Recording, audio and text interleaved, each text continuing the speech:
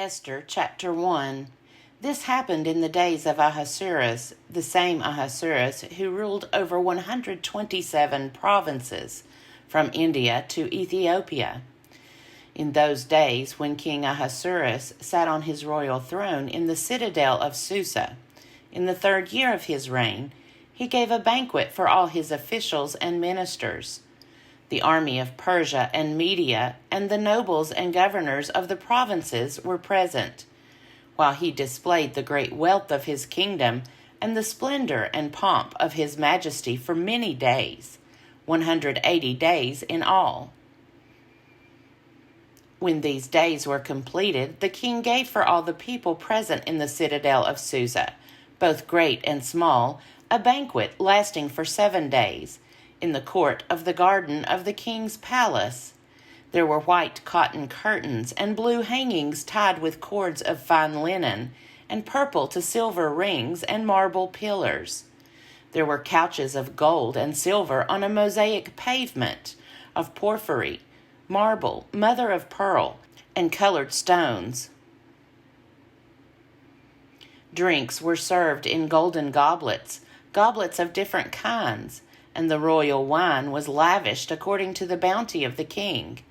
Drinking was by flagons, without restraint, for the king had given orders to all the officials of his palace to do as each one desired. Furthermore, Queen Vashti gave a banquet for the women in the palace of King Ahasuerus.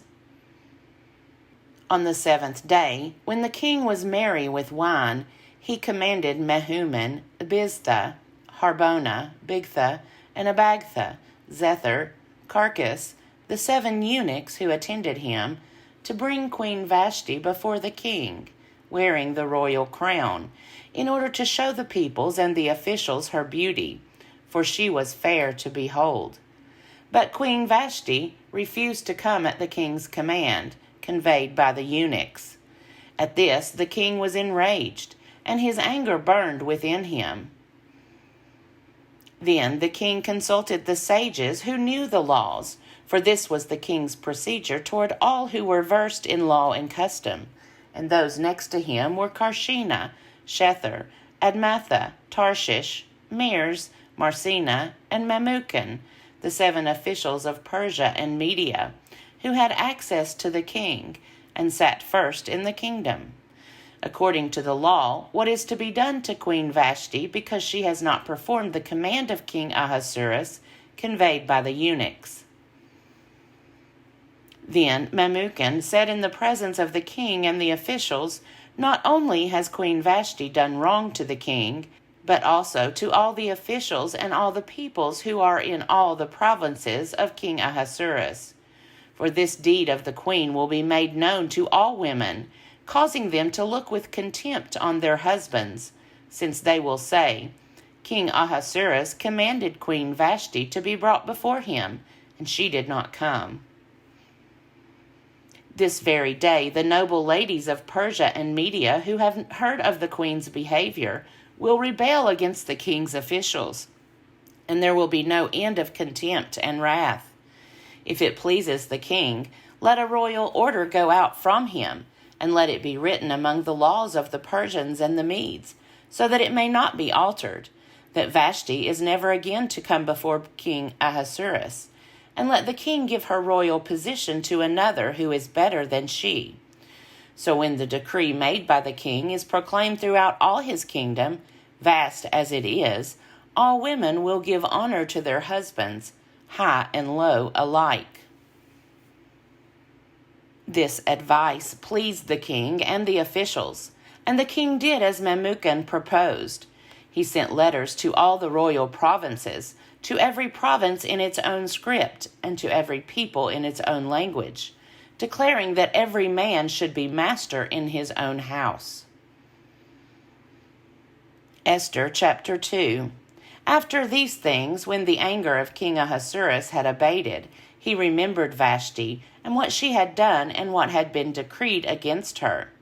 Then the king's servants who attended him said, "Let beautiful young virgins be sought out for the king, and let the king appoint commissioners in all the provinces of his kingdom to gather all the beautiful young virgins to the harem in the citadel of Susa, under custody of Haggai, the king's eunuch, who is in charge of the women. Let their cosmetic treatments be given them. And let the girl who pleases the king be queen instead of Vashti. This pleased the king, and he did so. Now there was a Jew in the citadel of Susa whose name was Mordecai, son of Jair, son of Shimei, son of Kish, a Benjaminite. Kish had been carried away from Jerusalem among the captives, carried away with King Jeconiah of Judah, whom King Nebuchadnezzar of Babylon had carried away. Mordecai brought up Hadassah, that is, Esther, his cousin, for she had neither father nor mother. The girl was fair and beautiful, and when her father and her mother died, Mordecai adopted her as his own daughter. So when the king's order and his edict were proclaimed, and when many young women were gathered in the citadel of Susa in custody of Haggai, Esther also was taken into the king's palace and put in custody of Haggai, who had charge of the women.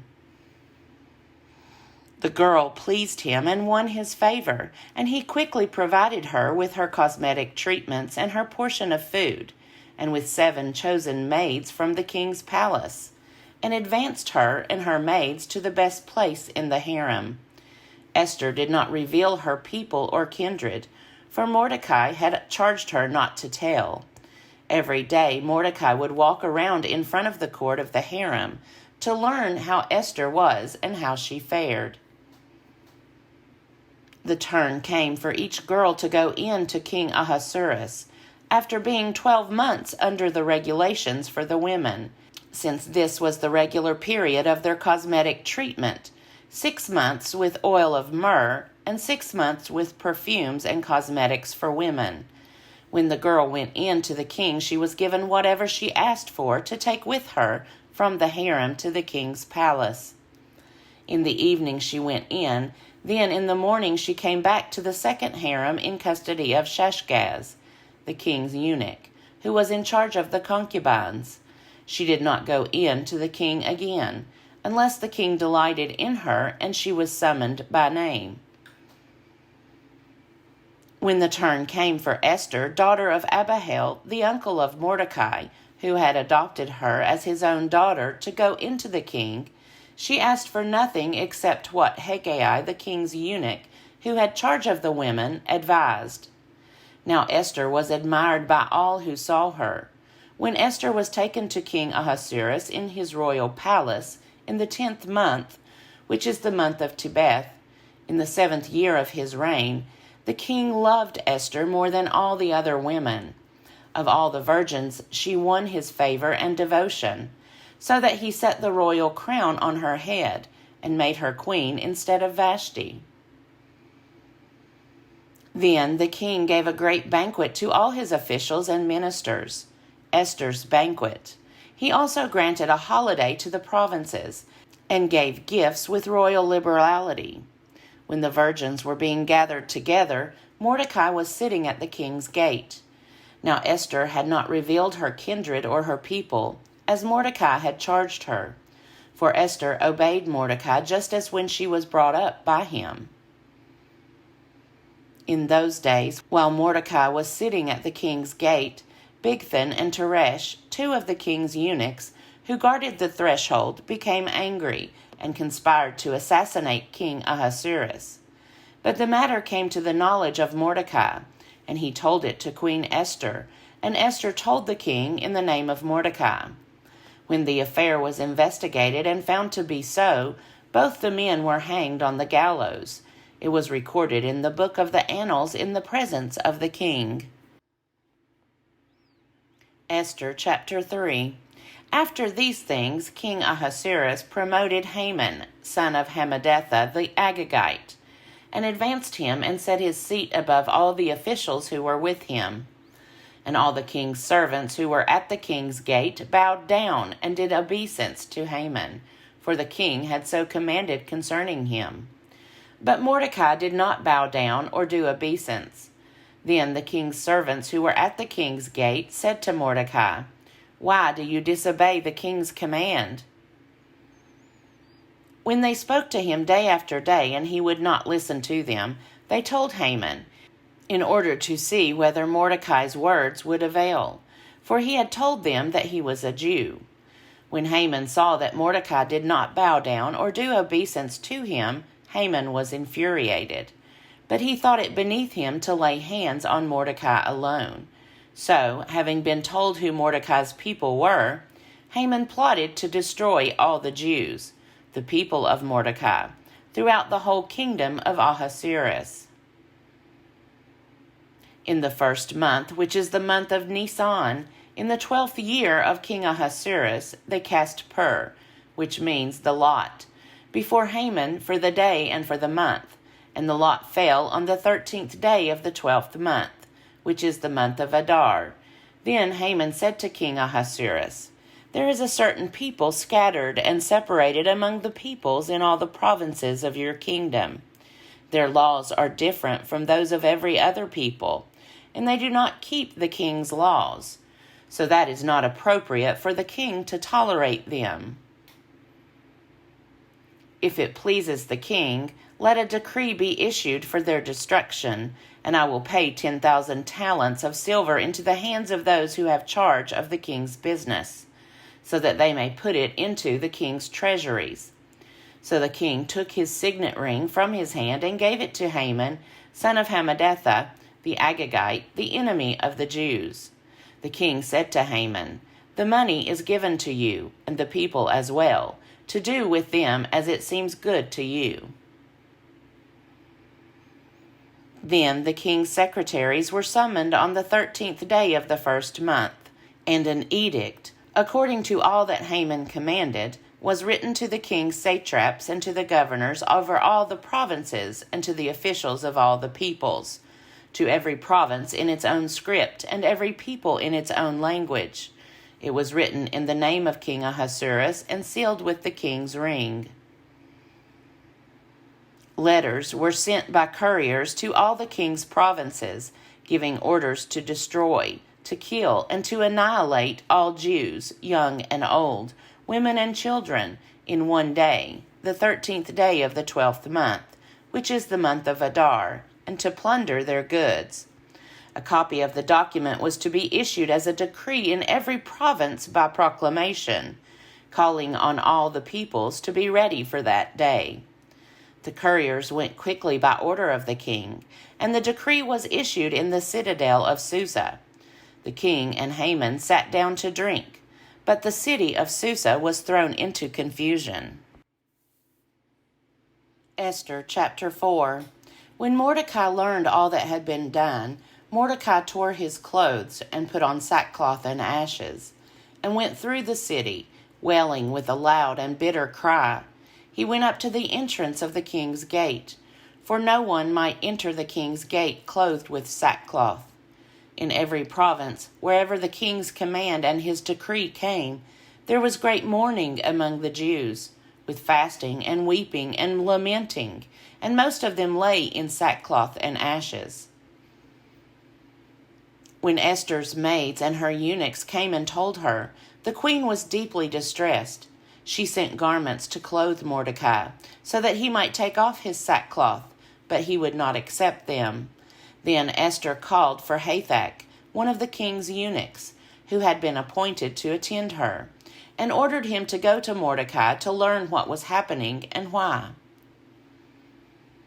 Hathach went out to Mordecai in the open square of the city in front of the king's gate, and Mordecai told him all that had happened to him, and the exact sum of money that Haman had promised to pay into the king's treasuries for the destruction of the Jews. Mordecai also gave him a copy of the written decree issued in Susa for their destruction, that he might show it to Esther, explain it to her, and charge her to go to the king to make supplication to him and entreat him for her people. Hathach went and told Esther what Mordecai had said.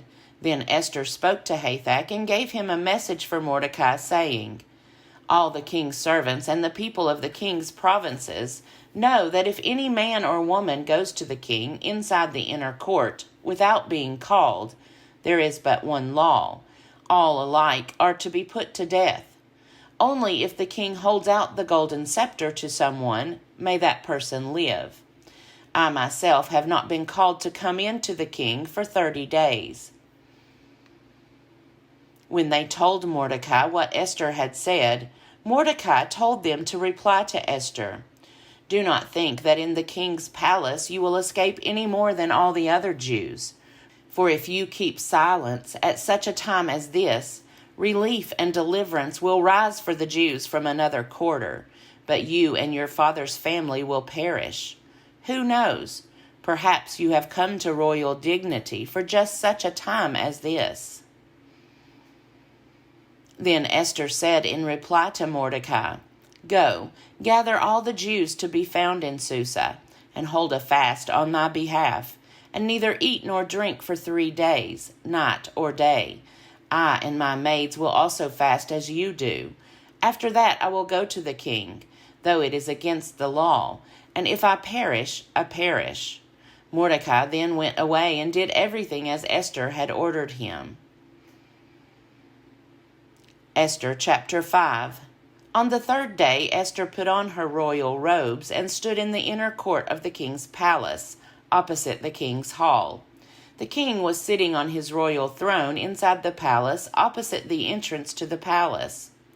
As soon as the king saw Queen Esther standing in the court, she won his favor, and he held out to her the golden scepter that was in his hand. Then Esther approached and touched the top of the scepter. The king said to her, "What is it, Queen Esther? What is your request? It shall be given you, even to the half of my kingdom."